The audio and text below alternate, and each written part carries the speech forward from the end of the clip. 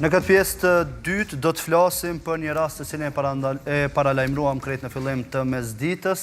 Dje është rrohur brutalisht një qytetar në Ferizaj. Lajmin e kemi kuptuar përmes një postimi në Facebook të bërë nga kujdestari i tij, ashtu siç e quajnë. Kush e rrohu Cufën, djalin më të mirë e më të urtë të qytetit tonë. A nuk ju mjaftoi që u rrit jetim dhe i vdiqën 4 motra e 3 vëllezër, e nëna e tij e sëmur me kancer me vite, veç edhe me rrah kështu. Si kujdestari ti nuk është hera parë, ama kësaj here shihni sytë e tij dhe hundën. Kemi me gjetë, po ju betojmë shumë shpejt madje. Cufa është djali me aftësi të kufizuara të përhershme. Ky është njoftimi i cili është bërë dje në rrjetet sociale të kujdestarit të tij, Agon Zhinipotoku, cilin tentuam ta kishim në studio, mirë po e patëm pamundur të çastëshim, e për diskutuar lidhur me gjithçka që ka ndodhur dje në një lidhje telefonike, kemi zëdhënësin e policisë për rajonin e Ferizaj, zotrin Kanon Veseli. Zotri Veseli, po më dëgjon? Po, përshëndetje. Përshëndetje edhe për juve. Dje gjatë ditës u raportua për një rraje brutale në Ferizaj. Çka mund të ndajmë, deri ku mund të shkojmë me detajet? Po, atë me ju do të ndajmë disa informacione në lidhje me këtë rast. Do të thotë me datën 12 maj 2025, rreth orës 19, Policia Rajonale e Ferizajt ka pranuar një informacion përmes rrjeteve sociale lidhur me një incident se muar fizikisht një person me aftësi të kufizuara i njohur në shtetin tonë si Cufa. Me njerëz pas pranimit të kësaj informate, hetuesit e stacionit policor në Ferizaj janë angazhuar intensivisht dhe kanë arritur të identifikojnë një person të dyshuar që ka rezultuar të jetë një 13 vjeçar. Ngjarja dyshohet se ka ndodhur 13 vjeçar. Po thash, është arrestuar i dyshuari? Dëgjoj se duhet pak shpjegim këtë rast. Ngjarja dyshohet të ketë ndodhur 3 ditë më parë në sheshin e qytetit, me autorizim të prokurorit të shtetit për të mitur, nga që ky personi i dyshuar 13 vjeçari nuk mund të intervistohet për shkak se nuk është i përgjegjshëm penalisht, e ka ftuar babën e të dyshuarit, ndërsa sërish e ka njoftuar prokurorin për të mitur dhe prokurori ka udhëzuar që komplet lënda me gjitha shkresat të hetuesve si përcillet qendrët për punë sociale dhe njëkohësisht të iniciohet një shënim zyrtar që më pas ju ka dërguar prokurorit të rastit. Këto janë informacionet që mund të ndajmë për ju, ne kemi arritur në fat rekord të identifikojmë personin që dyshohet se i ka shkaktuar lëndime. Pyes edhe nëse dihet gjendja aktuale e Cufës?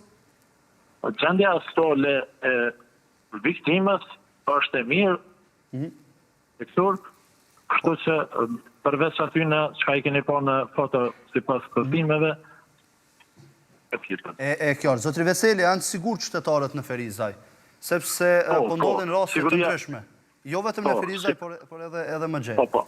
Po, në përgjithësi situata e sigurisë në rajon përfshir këtu 5 komuna, për shkak se rajoni mbulon 5 qytete apo 5 komuna, Ferizaj, Kaçanik, Shtime, Shtërt dhe Ania e Ligjit, paraqitet se jetë që nuk ka ndonjë rast që do të rrezikonte sigurinë në këtë rajon. Mirë po, disa raste që kanë ndodhur edhe më herët nuk e rrezikojnë sigurinë. Kemi njësi mjaftueshme duke operuar edhe me plane operative konkrete për dukuritë ndryshme, ndërsa në rutinë patrullat janë 24 orë në detyrë për E qartë, faleminderit shumë zoti Veseli për këtë paraqitje të drejtë për drejtë, për gjitha detajet cilat i ndave me shikuesit e mesditë. Punë mbarë. Ndërkohë për të biseduar për këto çështje që po ndodhin, pra kemi raste të vazhdueshme të dhunës që janë paraqitur në shoqërinë tonë, do diskutojmë me psikologën Rezarta Sadiku. Përshëndetje zënja Sadiku, mirë se erdhe sot në studion e Mesditë. Mirë gjeta, faleminderit për ftesën. Rezarta, ndërkaq në një lidhje të drejtë për drejtë kemi Flak Ymerin, e cila në pamundësi për me qenë në studio fizikisht, sot do na ndajë mendimet e saj përmes këtij komunikimi virtual. Flaka, përshëndetje. Përshëndetje dhe juve. Po e nisim me atë, me rastin e fundit në fakt. Nuk është rasti vetëm, po e nisim me flakën, me qënë se është më shumë problem social tashmë, po shëndrot në fenomen, që njerëzit me aftësi të kufizuara, po sulmohen, po dhunohen, jo vetëm fizikisht, ka raste të raportuara edhe seksualisht. Flaka, çka po ndodh realisht? Fatkesisht vedia jonë kolektive, vend që duhet të rritet në aspektin e trajtimit personave, qoftë me ngecje apo edhe me dëmtime të tjera psikofizike, duhet trajtohen në aspekt veçantë, jo të shfrytëzohen në raste që ata të sulmuhet, dhunohen, apo siç ishte edhe rasti i fundit, ku ne si shoqëri në aspektin kolektiv po duket që këtë problemin social jem ata persona që ma letë, ku nuk gjejmë mbrojtje, ata persona ne edhe t'i sulmuojmë, gjë që nuk është e mirë, sepse shoqënia jonë po shkon drejt një shoqënie me ide pro-kriminale apo akumulimi i shumë emocioneve cilat ka ndodhur ndoshta me vitet e tona që në aspektin psikologjik edhe të emocioneve mund të flasë psikologja në studio, mirë po problematikë sociale, ne jemi në një kaos social me shumë problematika, shumë ngjarje të cilat ka ndodhur edhe njerëzit në botë kuptimin e tyre, tashmë nuk po zgjedhin personat qofshin edhe ata pa mbrojtje në aspektin edhe familjar, edhe në aspektin gjinor, e mbi gjitha kur kemi të bëjmë me personat që nuk janë ndoshta të aftë ta mbrojnë veten. Unë do të kisha dashur që siguria të jetë maksimale për secilin qytetar, mbi gjitha për personat cilët ka nevojë për përcjellësin e dytë, e sidomos kur kemi të bëjmë me rastin e njëjtë, ku në këtë rast nuk flitet vetëm për një ngjarje sociale e trisht, cila i ka ndodhur qytetit Ferizajt apo dhe vendit tonë, ku kemi të bëjmë me një person i cili përmes atij postimi në një farë forme detyron veten që do ta gjejë atë person edhe do të përgjigjet që është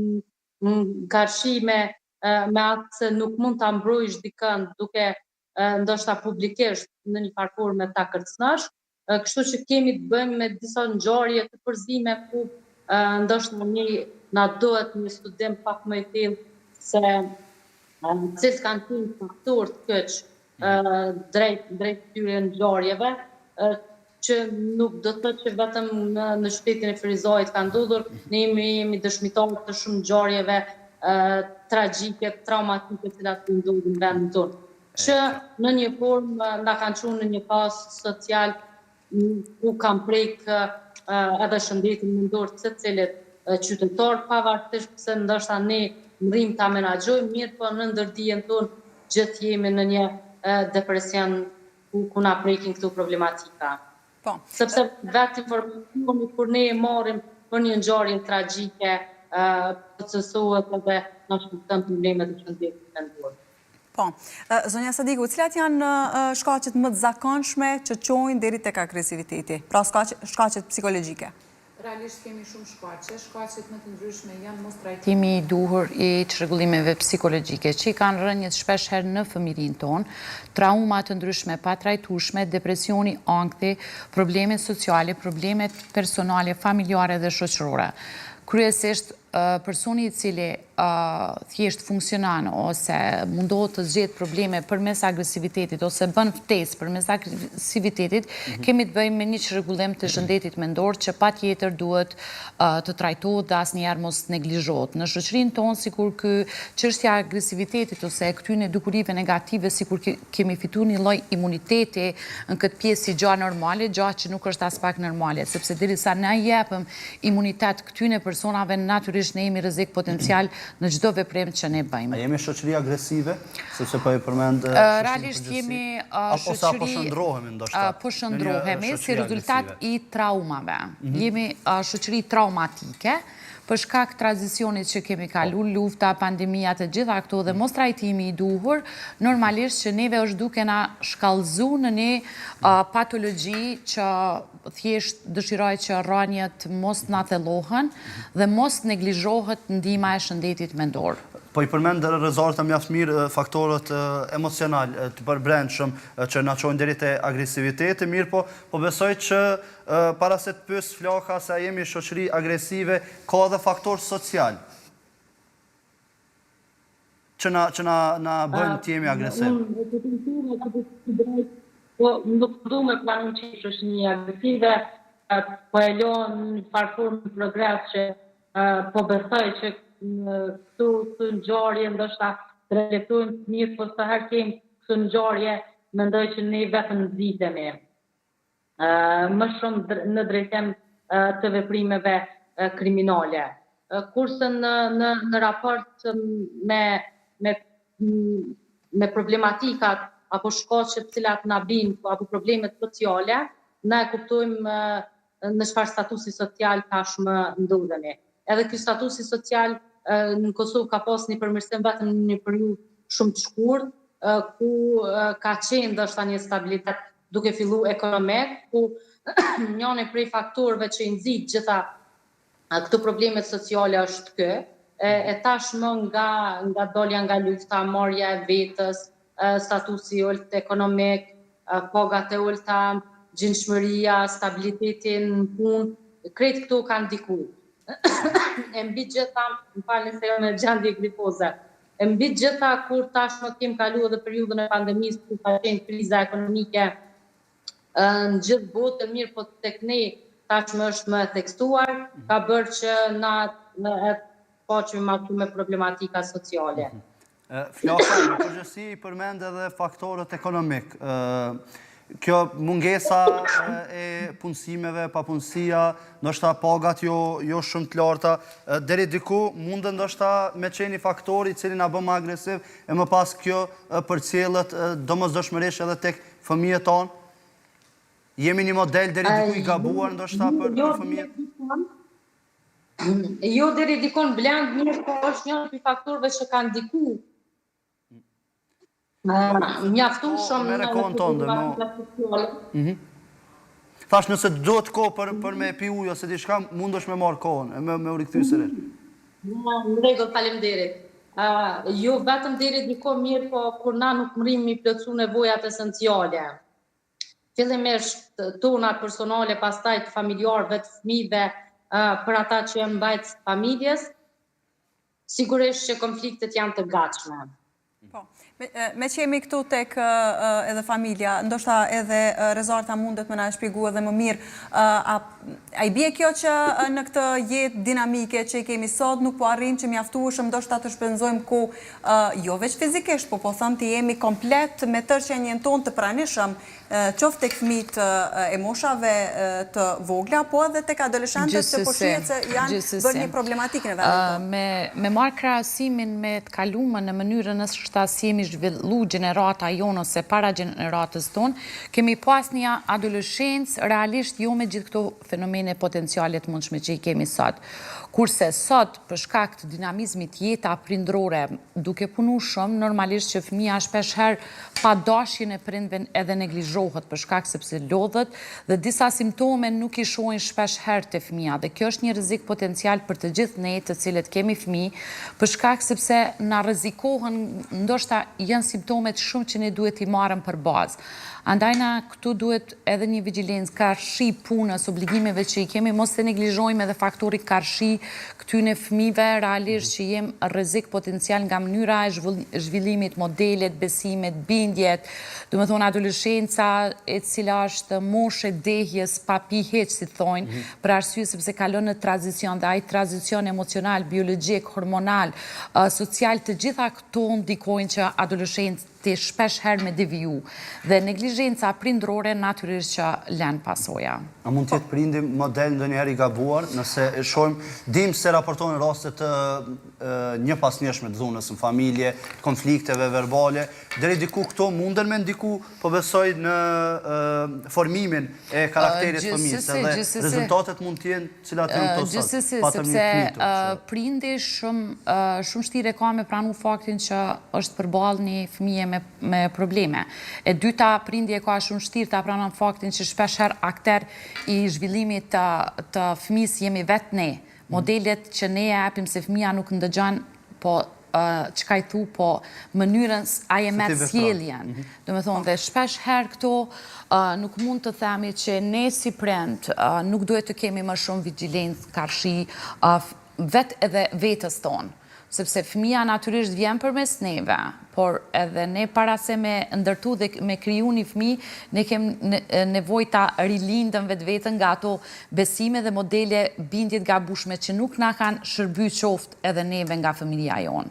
Andaj kërkohet shumë zhvillim personal dhe shumë vedije mbi këto, gjatë që shumë pak e bojnë. Kjo mund të jetë zinxhirore më pas. Po, gjithsesi, dhe shumë pak e bojnë, sepse është shumë vështirë të fillosh të punosh në shëndetin mendor, sikur kemi fitu imunitet, sepse kështu është e shkruar, se i kanë gjatë dikujna. A nuk ka ndryshuar kjo pak kohë të fundit? Vedisimi deri diku? Prindrimi është më korrekt në raport me ato se çka është bërë në kaluar? Jo të gjithë. Nuk është autoritar tani prindrimi, siç ka qenë dikur, por është autoritarian. Po të them të drejtën, edhe kjo i ka pasojat e veta, sepse shpesh herë aq liberal në kuptimin e zhvillimit, po fëmia duhet të dinë edhe çështjet kufitare. Sepse ndoshta edhe përmes kufive e kupton të mirën edhe të keqen. Dhe kjo të jemi kuptim plot, të jesh kuptim plot, nuk do të thotë që fëmija 100% ta ketë lirin absoluta. Ti mund të jesh kuptim plot, ta zhvillosh fëmin me elemente të shëndetshme psikologjike, duke ja kriju kufet, por duke hek nga rreziku potencial. Po, a i bje kjo që sot prindrit janë përballë një sfide të madhe që në një farë mënyrë ndoshta nuk dinë edhe se cilin stil të prindrimit duhet ta ndjekin, pasi që janë disa stile, po përveç kësaj edhe që në një farë mënyrë janë rritur ndryshe dhe po tentojnë që fëmijët të rrisin në një frymë tjetër dhe nga njëherë sikur përballen me të dyja për njëherë dhe janë sikur në një rrugë pa krye, po them. Unë realisht, personalisht e kam specializimin në fushën terapi dhe këshillim familjar dhe zakonisht i preferoj mu marr anamneza dhe mënyra prindërore si është rrit vetë prindi, më pas kushtet rrethana të cilat janë, testi i bëhet fëmis nëse veç vjen me kërkesën që fëmija dhe në përputhje me këto duhet ta gjejmë modelin. E kupton? Sepse nëse na nuk mujna me jap këtu një këshill universale, nëse diçka ka funksionuar me fëmin tam, nuk do me thonë që funksionon me fëmin ton. Do me thonë, sot kemi profesionistë të mirë shumë në Kosovë ku mund të mbështeteni, mos hezitoni të kërkoni ndihmë, jemi njerëz, kemi nevojë për orientim. Nëse e shihni që diçka nuk është në rregull në familjen tuaj, pse jo një bashkëpunim, një komunikim ose një zgjedhje problemit në karshi një fëmijës, sot Kosova ka... Pra po thoni që i njëjti stili prindrimit nuk mund të aplikohet tek të gjithë fëmijët. Për shembull, liberali ose autoritariani ose autoritativi. Absolut. Edhe prej formimit të karakterit fëmijës, natyrës. Marr për bazë atë që ka thënë Gjolloku, që fëmia është tabula rasa. Po, si e shkruajmë ne? Po. Mandena është çështja e tash kjo si e shkruajmë ne, ka shumë rëndësi. Ka shumë rëndësi, sepse tash jetojmë në kohë dhe rrethana të ndryshme. Do me thonë, dhe kjo që e shkruajmë ne ka shumë rëndësi. Por koha, se mu prindët e mi më kanë zhvillu me kohën, kur dasht me rilind vetën nga disa besime dhe bindjet gabueshme, normalisht që në një formës e një tjetër, është dasht punë, edhe me vetë. Megjithatë, ndoshta edhe nga përvoja që keni edhe me klientët e juaj, a ka tentim të prindërve për të shëruar nga gjitha ato, po them, traumat që kanë mundur mi marrë qysh prej fëmirisë? Fatmirësisht po. Në mënyrë që mos ja përcjellin pastaj fëmijëve të tyre. Fatmirësisht, nuk mujna me thonë që çdo ditë preku personalisht dhe me kolegë shpesh herë kur kemi thjesht takime bisedojmë, është ngrit vetia, dukshë mirë, sepse nuk mund të penalizojmë ose të drejtojmë që jo të gjithë kanë vedije për ndryshim. Sot informacionit janë të mundshme dhe në një formës një tjetër po kërkojnë edhe vetë prind, sepse peshojnë me mënyrën që po krijojnë probleme, me një mendim që krijon problem, me një mendim nuk mundesh me zgjidh me të njëjtën mendim problemin. Andaj është shumë e rëndësishme që ne të kuptojmë faktin që ndihma ekziston, vetëm kërkohet vullnet dhe kërkohet fuqi për me pranu faktin që kemi nevojë për ndryshim. Megjithatë, ne që jemi prind sot, konsideroj që i kemi pak më të vështirë, për shkak se jemi në çdo fazën e tranzicionit. Ndryshe jemi rritë dhe ndryshe po tentojmë mi rritë tonë, edhe po besoj që gjeneratat e ardhshme kanë me pas më të lehtë, edhe kanë më qasë nështë ndryshe me fëmijët e tyre.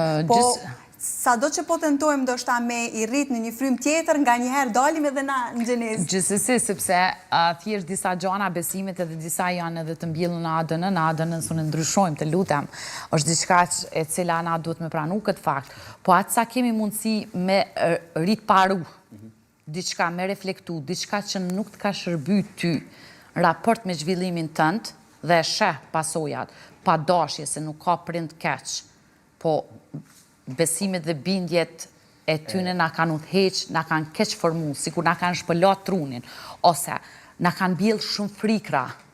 Kuptoj që nga mënyra e zhvillimit jetojmë me frikë.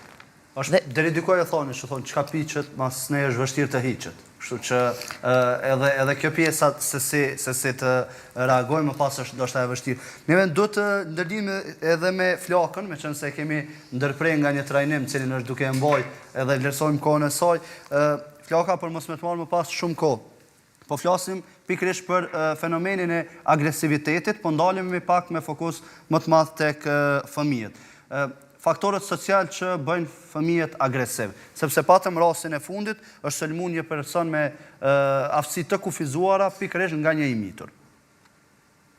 Unë dëgjova me këtë vëmendje gjithçka që ka u diskutuar dhe këtu kemi të bëjmë me një fëmijëri të hershëm, mirë, po kemi të bëjmë me një fëmijëri të prindërve të tyre. Sepse një fëmijë nuk mund të jetë agresiv nëse nuk është rrit në atmosferë agresive.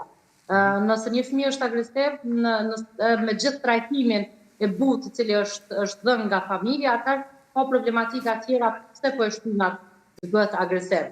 Na i kuptojmë edhe ndikimet sociale se shpesh herë mund të jenë familje shumë të edukume, shumë të kujdesshme, mirë, po këto ndikimet sociale që marrin fëmijët në adoleshencë nga bashkëmoshatarët janë ndikime me cilat mund të riparohen me ndihmën e profesionistëve, psikologëve, psikoterapistëve, ku nuk duhet hezitojnë ta kërkojnë këtë ndihmë. Mirë, po ne kemi bëjmë me një problematik me shumë trauma të patrajtume si shoqëni, dhe fëmijët sigurisht për të qenë një armë e shëndosh për gjithë vendin, fëmijët duhet mësohen me disiplinën. Jo fëmijët mësohen të ndëshkohen me dhunë fizike apo me gjona të cilat ata mund të mësohen me një flakaresh ta zëm, edhe prapë vazhdojmë me problematikat të tyre, mirë, po të kemi një disciplinë qysh nga fëmijëria e hershme që të mrinë të dallojnë gjonat të çfarë duhet vepruar apo çfarë nuk duhet vepruar.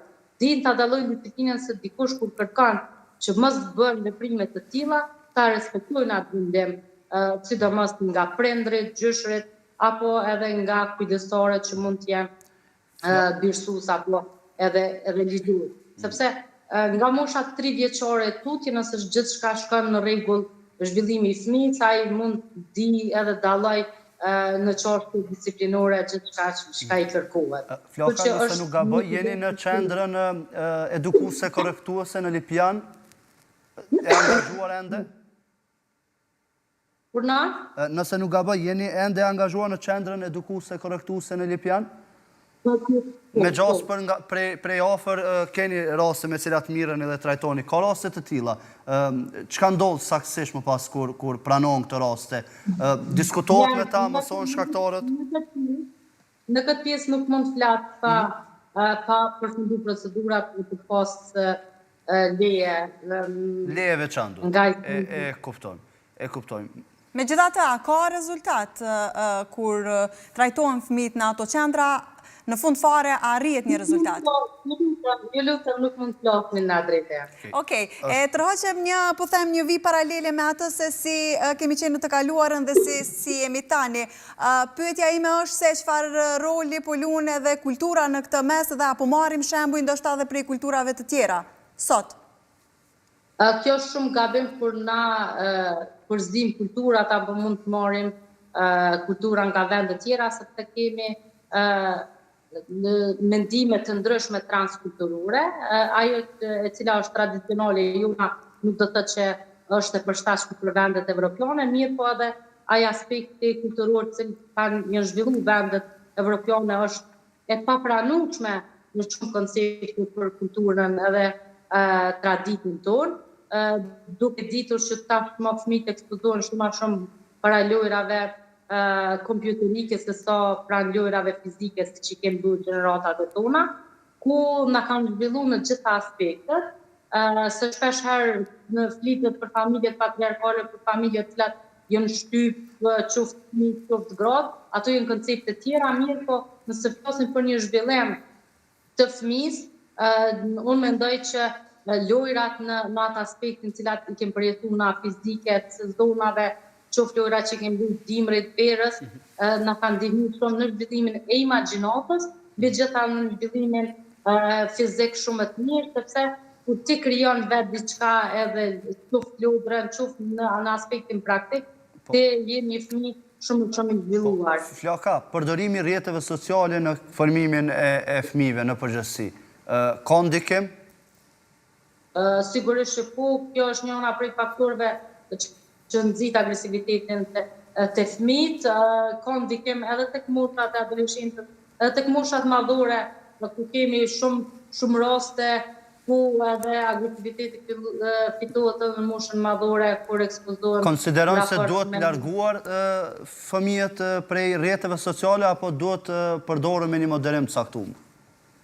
Unë mendoj që fëmija deri në moshën 3 vjeçare mos ketë ekspozim para telefonit, para televizorit të tepër, sepse ka më shumë nevojë të njihet me ambientin, me rrethin, me familjar, të jetë më social, pastaj gradualisht ndoshta se te fëmija ka nevojë me pa një proll, me pa një film vizatimor. Sigurisht që ka edhe anët pozitive, po.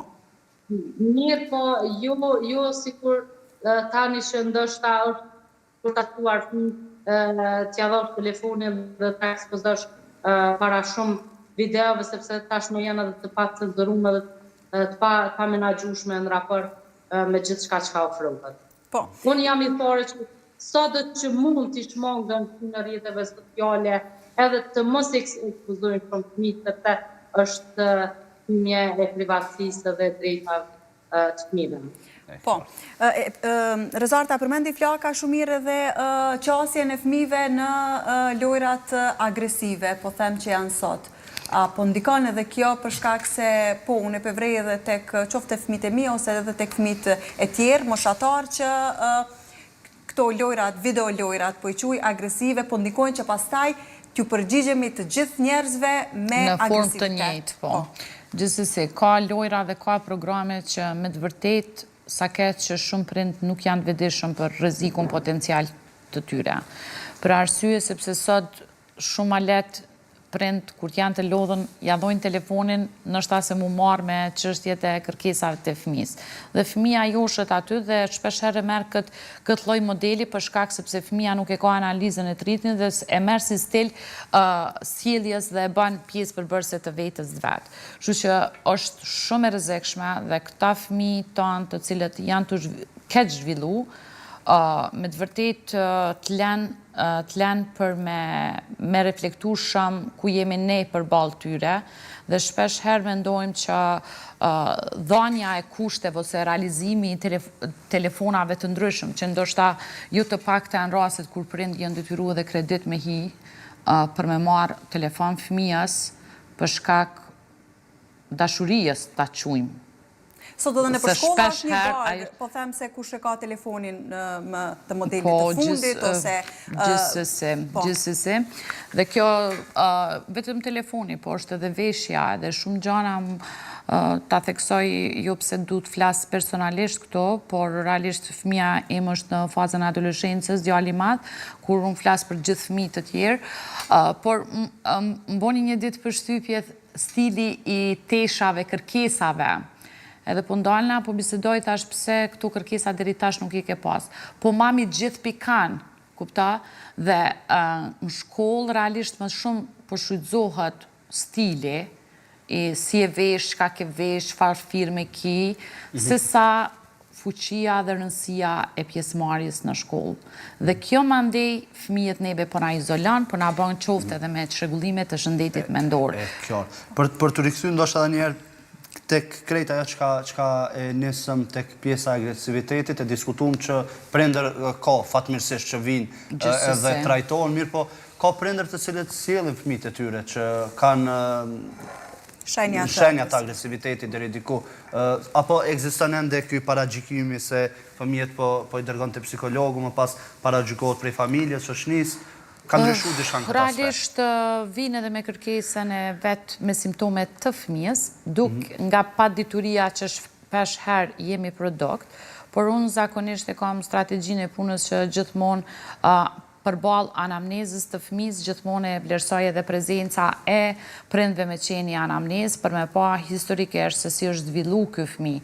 Dhe na del që ky lloj agresiviteti po vjen ndoshta edhe nga problemet që shpesh herë prindrit përdorin dhundaj njëri tjetrit. Dhe fëmia kur zhvillohet me atë model, padyshim që ai nuk din ta plason ndryshe si të plasohet në botë përveç asaj që e ka marrë. Trajtohet, marrë parasysh se një fëmijë mund të mos jetë koshient për atë çka po sheh, po çka nuk është edhe bashkë lehtë, është e lehtë vetëm kur bashkëpunon I tërë sistemi familjar. A nëse vetëm fëmia trajtohet dhe privojnë të drejtën prind që ne s'kemi problem, ose nuk kemi problem, ja mohojnë ekzistencën e vet problemit, atëherë na del problem, sepse sado që ne me metodologjinë, teknikat e punës mundoni ta vedisojmë, ai prapë ndeshet, ai banon 24 orë me rrethin, me familjen, nuk banon me ne. Mjaftueshme vetëm vizita me psikolog në rast se nuk funksionon tërë ky sistemi familjar, me qenë është zinxhir.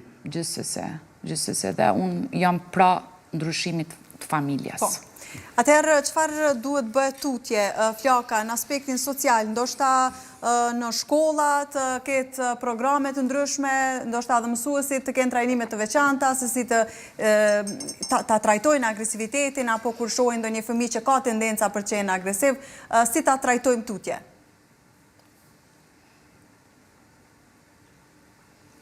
Nuk kemi zënë në studio, regjia? Flaka?